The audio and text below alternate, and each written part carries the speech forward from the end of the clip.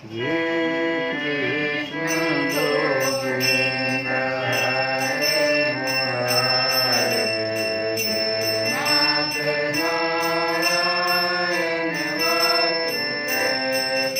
ओ श्री कृष्ण गोविंद हरे मुरारे, नाथ नारायण वासुदेव।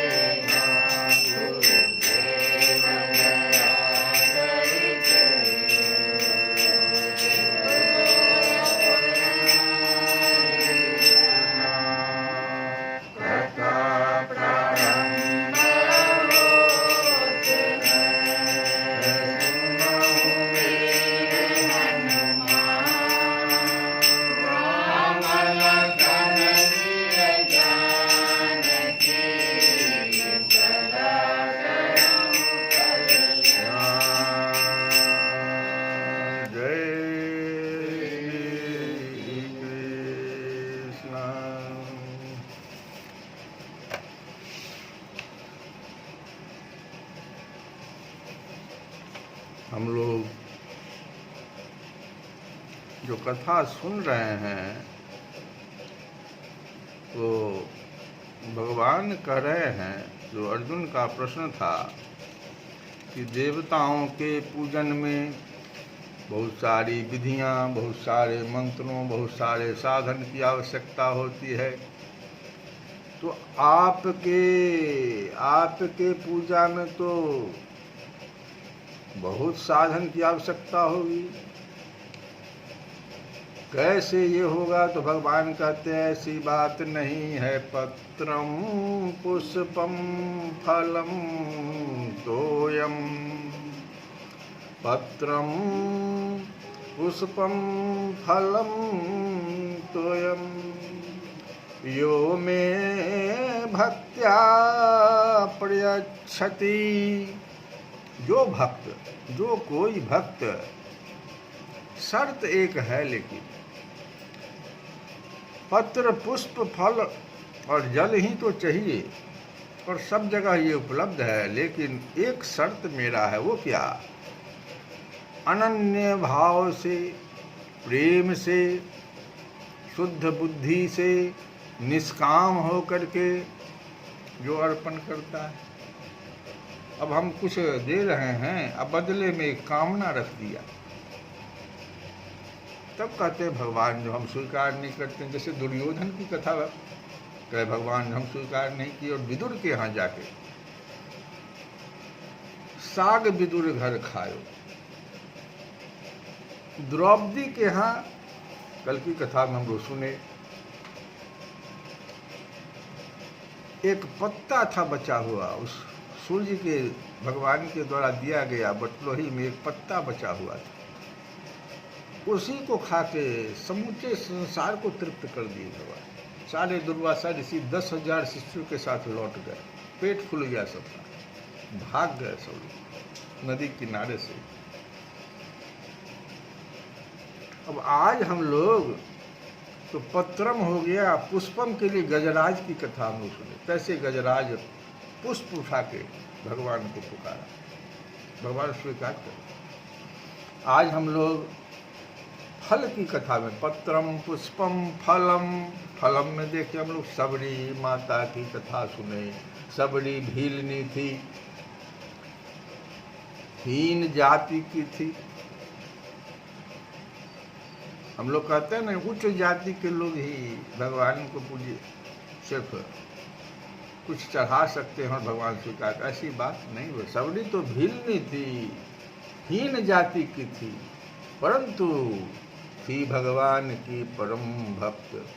उसने अपने जीवन का बहुत सा अंश दंडकारण्य में छिप छिप कर ऋषियों की सेवा करने में बिताया था। छिप छिप कर बिताया था, इसलिए कि ऋषि लोग आने नहीं देते ना। हीन जो थी, हीन जाति को जो थी, जिधर से ऋषि स्नान करने जाते, कैसे छिप छिप कर करती थी सो देखो सेवा। जिधर से ऋषि स्नान करने जाते उस रास्ते को झाड़ना, कंकरीली जमीन पर बालू बिछाना, जंगल से काट काट कर ईंधन लाकर उनके आश्रमों में रख देना, यही उसका काम था। और उस समय मतंग ऋषि बड़े पहुँचे हुए ऋषि थे, तो मतंग मुनि ने उस पर कृपा कर दिया। भगवान के नाम का उपदेश कर दिया। नाम देखो, ये नाम की महिमा यहाँ पर है।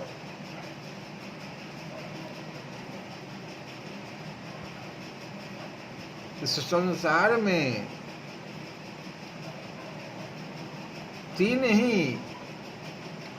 तीन प्रकार का धन होता है। एक जो है वो स्थावर श्रेणी का धन है, जिसके लिए हम लोग रोज दिन रात परेशान होते हैं। रुपया, पैसा, सोना, चांदी, जो कुछ भी स्थावर। दूसरा है जो जंगम श्रेणी का धन है, जिसमें कि गाय है, बैल, ऊंट, घोड़ा, जो भी इस तरह का। आजकल लोग कुत्ता भी रखता है 1-1 लाख।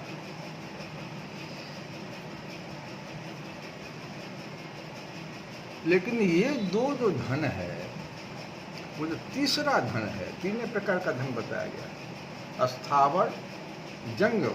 लेकिन इन दोनों से एक बहुत ही उच्च कोटि का धन है, जिसमें रामचरितमानस में उस धन की चर्चा है। साधन धाम मोक्ष के द्वारा। ये शरीर,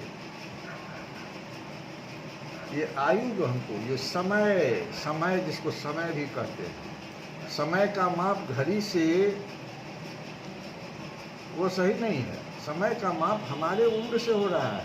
अभी जो हम कथा गा रहे हैं तो ये मेरा इतना समय निकल गया, अब किस कार्य में हम इस समय को लगाए ये वहाँ रिकॉर्ड हो जाता है। जो मेरे साथ जाएगा, ये धन मेरे साथ जाएगा, लेकिन वो दोनों नहीं जाएगा। स्थावर और जंगम कितनों कमा लो, कितनों हाथी घोड़ा सब ले लो, बड़े बड़े राजाओं की जब नहीं चली तो हमारी कैसे चलेगी। ये जाएगा, ये नाम की महिमा। सबरी माता को देखो, ये मतंग मुनि ने कृपा किया, भगवान के नाम का उपदेश कर दिया। और ब्रह्मलोक जाते समय जब मतंग मुनि ब्रह्मलोक जा रहे थे तो एक शब्द उन्होंने कह दिया सबरी माता से, कह गए कि भगवान राम तेरी कुटिया पर पधारेंगे। विश्वास के साथ सबरी माता रोज उनके दर्शन से ही तू कृतार्थ हो जाएगी। तब तक यहीं रहकर भजन कर। ये 3 बातें ब्रह्मलोक जब सिधारने लगे तो उन्होंने 3 बातें कह दी। सबरी को भजन की लगन लग गई। ये लगन लगना जो है ये बहुत कठिन है। आज भी एक भक्त से हमारी यही बातचीत हो रही थी, कहे कि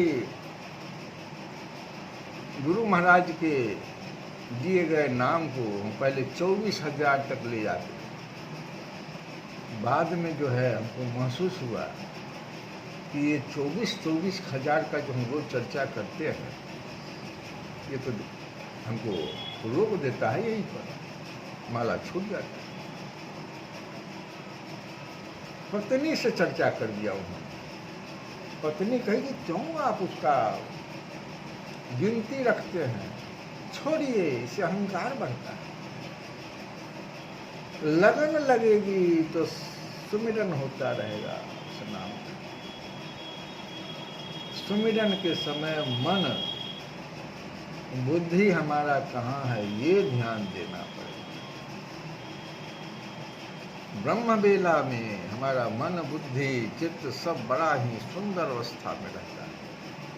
रात में अगर हम भगवान के नाम का स्मरण करके जप करके अगर सोएं तो उस समय में बड़ा अच्छा सा हमको महसूस होगा। ब्रह्म बेला का समय सबसे उपयुक्त है शुरू वाले के लिए सब बातें हैं। तो देखो लगन लग गई और उसका जीवन राम की बाट जोहने में ही बीतने लगा। ज्यों ज्यों दिन बीतने लगे त्यों ही त्यों सबरी की उत्कंठा बढ़ने लगी। यह सोच कर कि अब प्रभु पधारते ही होंगे, कहीं प्रभु के पैर में कांटा न गड़ जाए। वह जल्दी जल्दी जाकर दूर तक रास्ता बुहार आती, पानी छिड़कती, आंगन को गोबर से लीपती और भगवान के विराजने के लिए मिट्टी गोबर की सुंदर चौकी बनाकर रखती। जंगल में जा जाकर चख चख कर जिस पेड़ के फल मीठे होते तोड़ तोड़ कर लाती और दोनों में भर कर रखती। आज भगवान आएंगे, लेकिन होता नहीं। दिन पर दिन बीतने लगे, उसका रोज का यही काम था। न मालूम वह दिन में कितनी बार रास्ता बुहारती, कितनी बार चौका लगाती और चौकी बनाती तथा फल चुन चुन कर लाती। आखिर भगवान उसकी कुटिया पर पधारे, सबरी कृत्य हो गई। और तुलसी बाबा लिखते हैं कि सबरी देखे राम गृह आए, मुनि के बचन समुझिए भाई। सरसिज लोचन बाहु विशाला, जटा मुकुट सिर उड़ मन माला। भगवान का जो स्वरूप है उस समय का कि सरसिज लोचन बाहु विशाला, जटा मुकुट सिर उर बनमाला, श्याम गौर सुंदर दो भाई, सबरी परी चरण लपटाई, सबरी परी चरण लपटाई। प्रेम मगन मुख बचन न आवा, अरे प्रेम मगन मुख बचन न आवा, पुनि पुनि पद सरोज सिर नावा। तो पुनि पुनि पद सरोज सिर नावा। ये देखो सबरी आनंद सागर में डूब गई,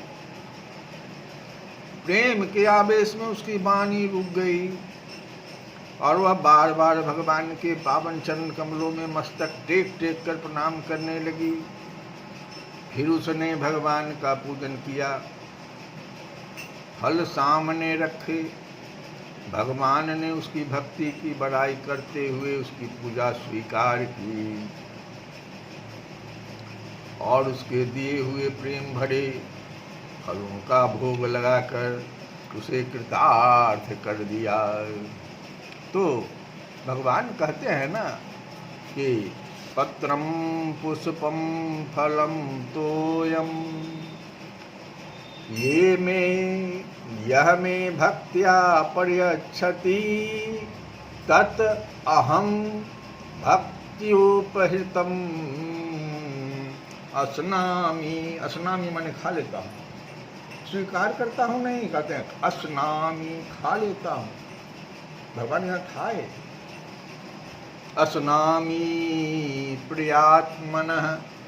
तो देखो ये माता सबरी जैसे दी, भगवान उसको स्वीकार नहीं, स्वीकार करके उसको भोग लगा ली और कृतार्थ कर दिया। उसके फलों में भगवान को कितना अपूर्व स्वाद मिला। तो इसका वर्णन भी तुलसी बाबा ही करते हैं, कितना स्वाद उनको मिला। तो कहते हैं कि घर गुरु गृह है, घर गुरु गृह प्रिय सदन सासुरे। भगवान जहाँ यहाँ गए, देखो घर पर भी रहे बहुत दिन, गुरु गृह भी गए, प्रिय सदन के पास भी गए और सासुरे भी गए। लेकिन कहते भगवान भई जब जहाँ पहुनाई, ये सब जगह पर जैसे पहुनाई हुआ तो तब तहाँ कही सबरी के फलन की, रुचि माधुरी न पाई। सब लोग ठीक है दे रहे हो, लेकिन सबरी के दिया हुआ फल का तो जो आनंद आया वो नहीं है। तो घर गुरु गृह प्रिय सदन सासुरे, भई जब जहाँ पहुनाई, तब तहाँ कही सबरी के फलन की, रुचि माधुरी न पाई। और तुलसी बाबा के ही भजन से ऐसे राम दीन हितकारी, ऐसे राम दीन हितकारी, ऐसे राम दीन हितकारी, ऐसे राम दीन हितकारी। अति कोमल करुणा निधान, बिनु कारण पर उपकारी, ऐसे राम दीन हितकारी, ऐसे राम दीन हितकारी। तुलसी बाबा कहते हैं कि दीनों का ऐसा हित करने वाले श्री रामचंद्र जी हैं। वे अति कोमल करुणा के भंडार और बिना ही कारण दूसरों का उपकार करने वाले हैं। अब देखो सबरी माता की बात भी आई है यहाँ पर कि अधम जाति सबरी जोषित जड़, अधम जाति सबरी जोषित जड़, अधम जाति सबरी जोषित जन लोक वेद से न्यारी अधम जाति सबरी जोषित जन लोक वेद से न्यारी ज्ञानी प्रीति दय दरस कृपा निधि ज्ञानी प्रीति दय दरस कृपा निधि सोई रघुनाथ उधारी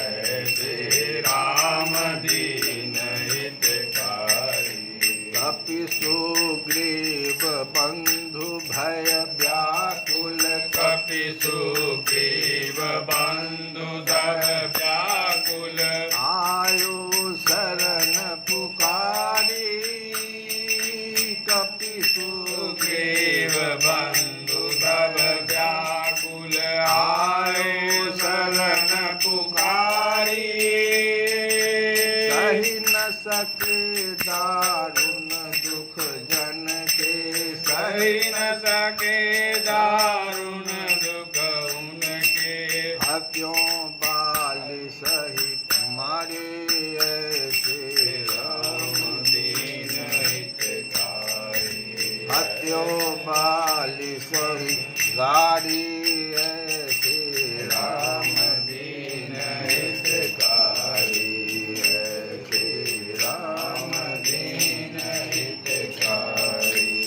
पुष्पा कहते कहाँ लगे कहाँ दीन अगणित जिनकी तुम विपत्ति निवारी कहाँ लगे कहाँ दीन अगणित जिनकी तुम विपत्ति निवारी कल मल ग्रसित दास